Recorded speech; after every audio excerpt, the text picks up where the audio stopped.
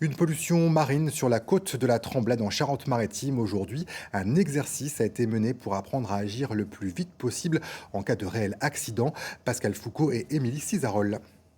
Drôle de balai ce matin sur cette plage de la Tremblade, à quelques encablures du pont de la Seudre. Ce groupe participe à un exercice de simulation de pollution marine. Sa mission, dresser un état des lieux.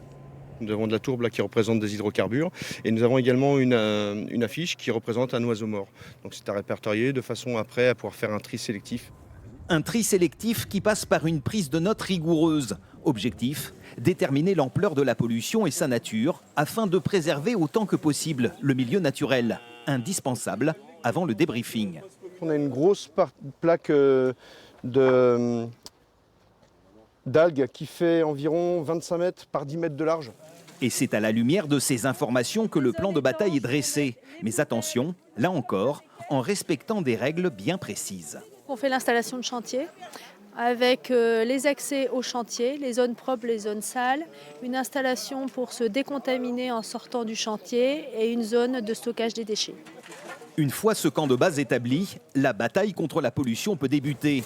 Et tous les moyens sont bons pour en venir à bout, comme utiliser des poches à huîtres, du grillage et de la paille pour réaliser un collecteur de pétrole. Quand le pétrole arrivera, le pétrole fictif, j'insiste, arrivera, il sera bloqué par la paille et en fait après tous les jours, on ira faire, ou tous les 2 fois par jour, on ira faire une ronde, on ira changer la paille s'il y a besoin, si celle-ci est trop polluée. Et bien sûr, après un premier ramassage manuel, il reste l'artillerie lourde. Boudin de rétention et nettoyeur haute pression.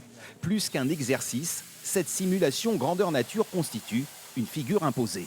Tous les 3 ans, la préfecture organise ce type d'exercice pour former l'ensemble des collectivités à la préparation d'une pollution éventuelle.